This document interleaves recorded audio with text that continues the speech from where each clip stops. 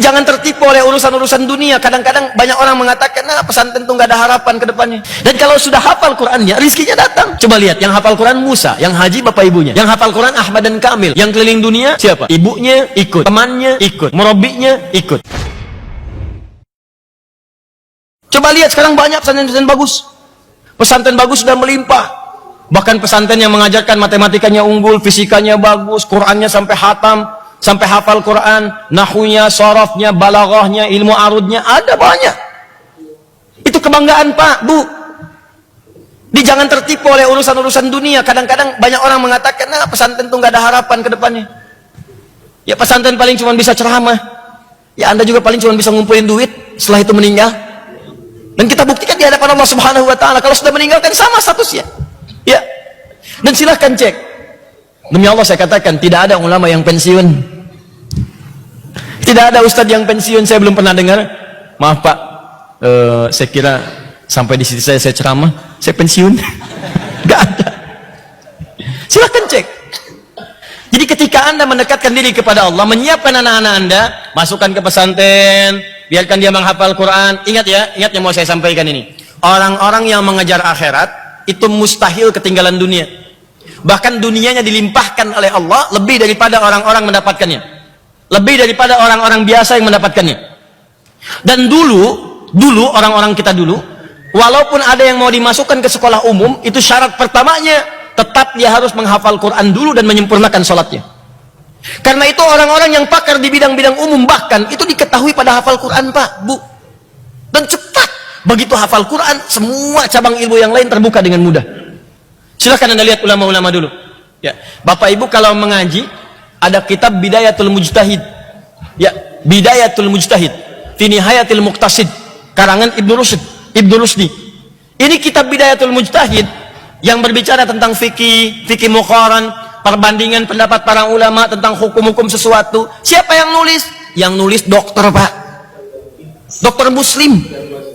Dokter penghafal Quran, dokter ngapalin hadis. Belajar kedokteran, pakar di bidangnya, itu dokter bedah Pak, pakar di bidangnya. Dokter bedah nulis kitab fikih, Anda bayangkan. Jadi kalau sudah hafal Quran, sudah paham hadis, mau dibawa kemanapun gampang.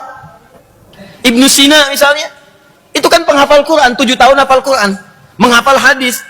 Begitu sudah sempurna hafalannya, sholatnya sudah bagus, belajar kedokteran 16 tahun, otodidak belajar kedokteran, sampai jadi puncaknya, sampai jadi bapak kedokteran.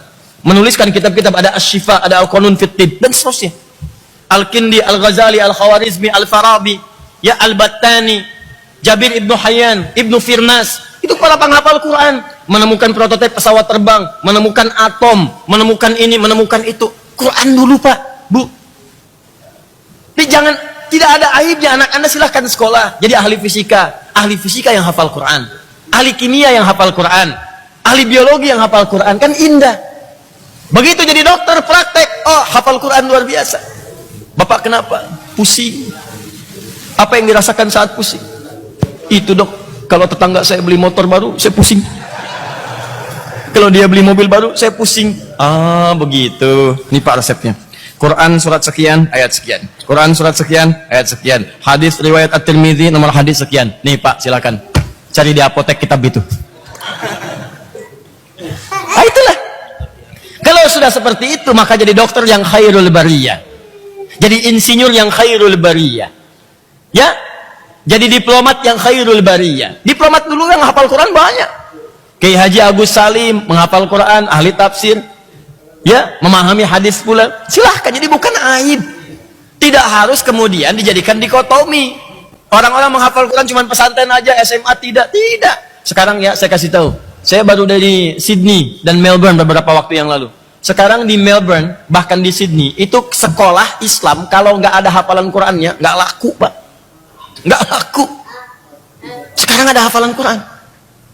Di ketinggalan gitu kalau kita nggak mulai lagi. Ini kelihatan nih. Ya, kelihatan tanda-tandanya nih. Orang-orang Islam ingin kembali kepada nilai-nilai yang baik, yang pernah diraih oleh orang-orang yang telah dulu. Ayo. Jadi itu disiapkan anak antum. Dan jangan takut Pak, demi Allah saya katakan, jangan takut.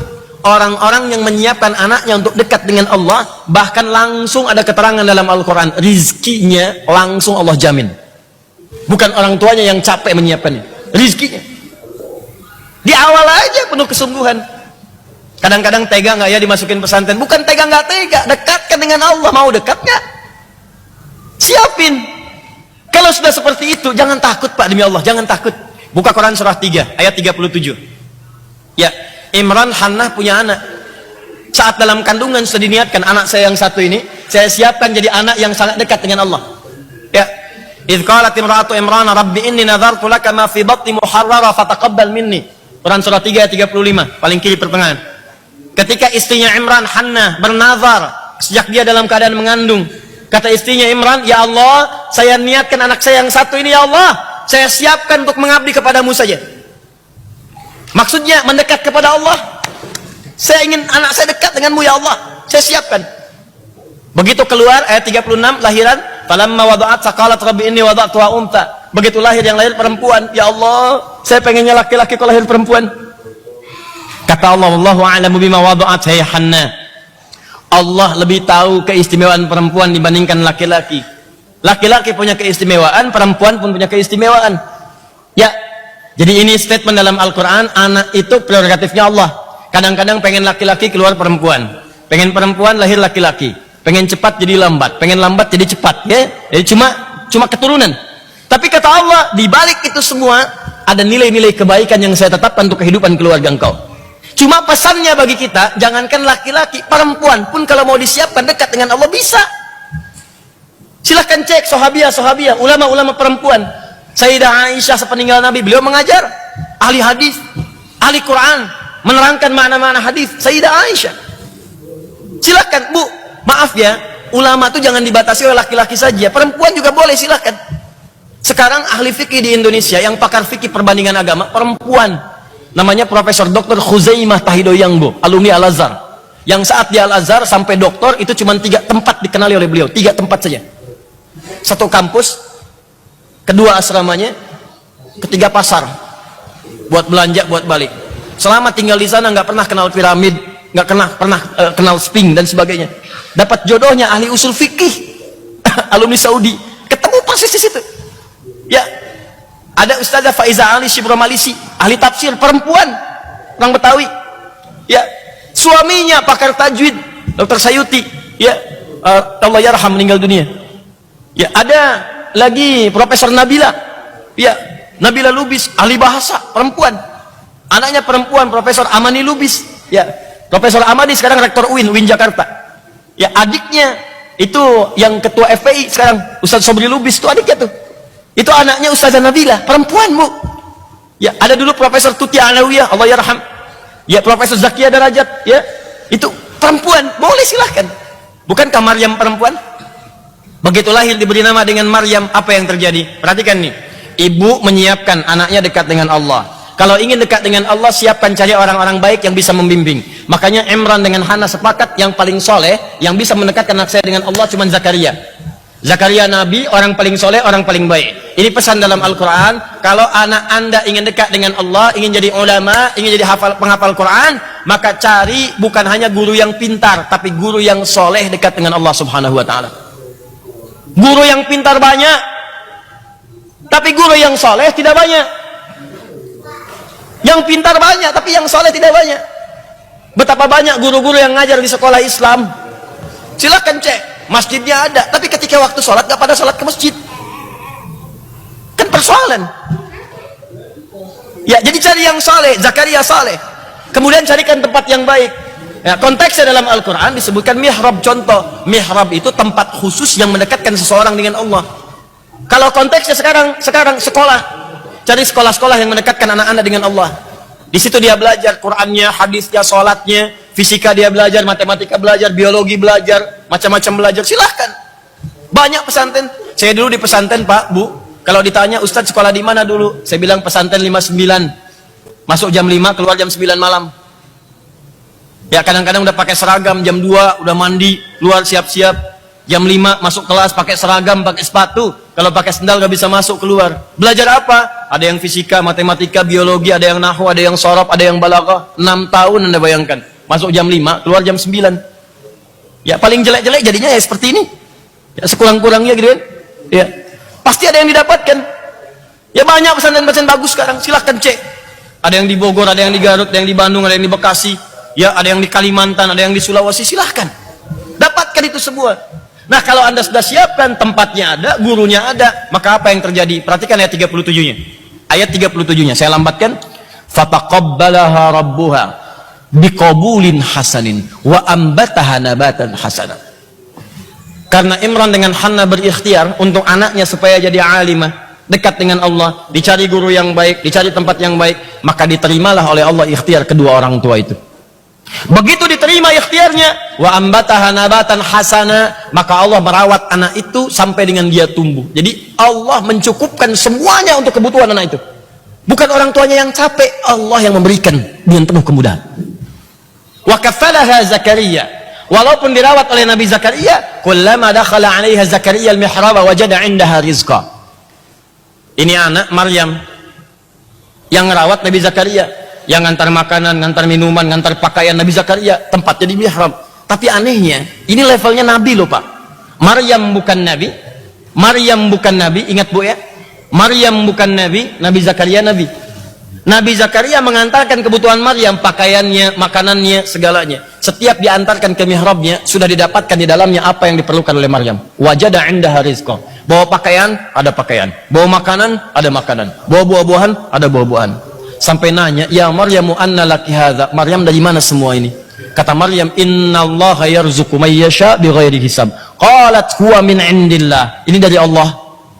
Ini dari Allah. Di orang-orang yang didekatkan kepada Allah, maka Allah pun akan memberikan yang terbaik kepadanya, lebih dari apa yang dia butuhkan.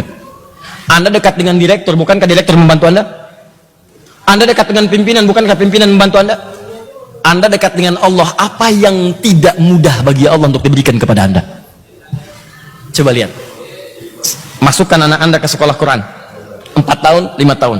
Begitu 5 tahun hafal Al-Quran, akan terjadi perubahan dalam hidup Anda. Jangankan hatam Al-Quran, anak Anda 5 tahun baru hafal An-Naba, amma yatasa'alun, bisa nangis Anda. Dan indahnya begini Pak, antum dari kantor nih capek gitu kan, pekerjaan berat, di jalan macet, pulang ke rumah keringat, tiba-tiba masuk kamar, anak Anda yang 4 tahun sedang mengulang-ulang, kemudian dia baca An-Naba, amma yatasa'alun anin naba'il azim alladzi hum fi mukhtalifun, ulang-ulang begini, hilang semua penat Anda. Begitu Anda mendapatkan telepon dari ma'had, dari pesantren, guru anak Anda telepon kepada Anda, Bu, Pak, selamat ya Bu ya, Pak ya. Kenapa Ustaz? Kenapa Ustazah? Sekarang Adinda sudah menyelesaikan hafalan Qur'annya. Dia sudah menjadi hafidh, dia sudah menjadi hafidhah. Anda bisa diam 1000 bahasa di telepon, seakan-akan kemudian Anda mendapatkan sesuatu yang tidak Anda dapatkan sebelumnya. Tiba-tiba air mata Anda keluar, sujud jatuh Anda ke lantai. Gak percaya silahkan. Itu baru Qur'annya Pak. Demi Allah saya katakan. Apalagi kalau yang telepon itu anak Anda. Tiba-tiba dia berkata di ujung sana, Mama, Alhamdulillah, kenapa nak? Saya sudah menyelesaikan hafalan, saya sudah hafal Quran. Wah, kayaknya investasi Anda tuh gak ada nilainya. Uang yang keluar, ngantar yang capek, kadang-kadang tangisan ketika melepas pertama kali, di rumah sering merenungkan, setelah itu hilang semuanya. Yang ada itu nikmat, itu enak. Gak percaya silahkan. Ya, cobalah, itu baru hafal Quran. Dan kalau sudah hafal Qurannya, rizkinya datang. Coba lihat, yang hafal Quran Musa, yang haji bapak ibunya. Yang hafal Quran Ahmad dan Kamil. Yang keliling dunia siapa? Ibunya ikut, temannya ikut, murabinya ikut. Yang hafal Quran Firda, mata nggak bisa lihat. Yang haji ibunya ikut, bibinya ikut, saudarinya ikut. Saya tahun lalu berangkat jadi Amirul Hajj untuk kelompok khusus, ya, untuk kelompok khusus yang disiapkan oleh kedutaan Saudi Arabia. Sekitar 300 orang berangkat. Nyampe di sana, saya pikir ini kelompok apa? Nyampe di sana orang-orang hebat. Ada ustadz, ada ulama, yang paling dahsyat kelompok penghafal Quran. Anak-anak kecil, usia 5 tahun, 6 tahun. Ada yang matanya nggak lihat, ya, ada yang anak-anak masih polos, kadang lompat, kadang jalan, kadang Allahu Akbar, setiap ke masjid bolak-balik Quran yang dibacakan. Anak-anak kecil. Tapi bukan itu saja yang paling penting. Yang penting itu anaknya berangkat, bapaknya ikut, ibunya ikut, temannya ikut, kerabatnya ikut. Ada yang satu hafal Quran, yang ikut tuh sampai 10 orang. Anda bayangkan? Ya, itu luar biasa. Ada tukang beca ahli Quran, Ya, Ustaz Kabolosi dari Ambon, ahli Quran, kumpulin orang-orang supaya belajar Quran ke TPA. Berusaha menghafal Quran, dia kumpulin beliau, orang biasa, teman-teman, dari penghasilannya bikin TPA, bikin gedung, kumpulin orang-orang belajar. Apa hadiahnya? Tiba-tiba datang panggilan haji. Nggak pernah ngumpulin uang terbayang untuk haji, datang tiba-tiba berangkat. Ada tukang pijit berusaha ngapalin Quran, ngapalin, berangkat. Anda bayangkan. Jadi gimana ya membahasakannya? Anda jangan takut gitu. Ya, jadikan sebagian dari keluarga Anda itu masuk dalam golongan khairul bariyah. Begitu dapat status khairul bariyah, maka Allah akan menanamkan kemuliaan dan cahaya di rumah Anda. Bangga.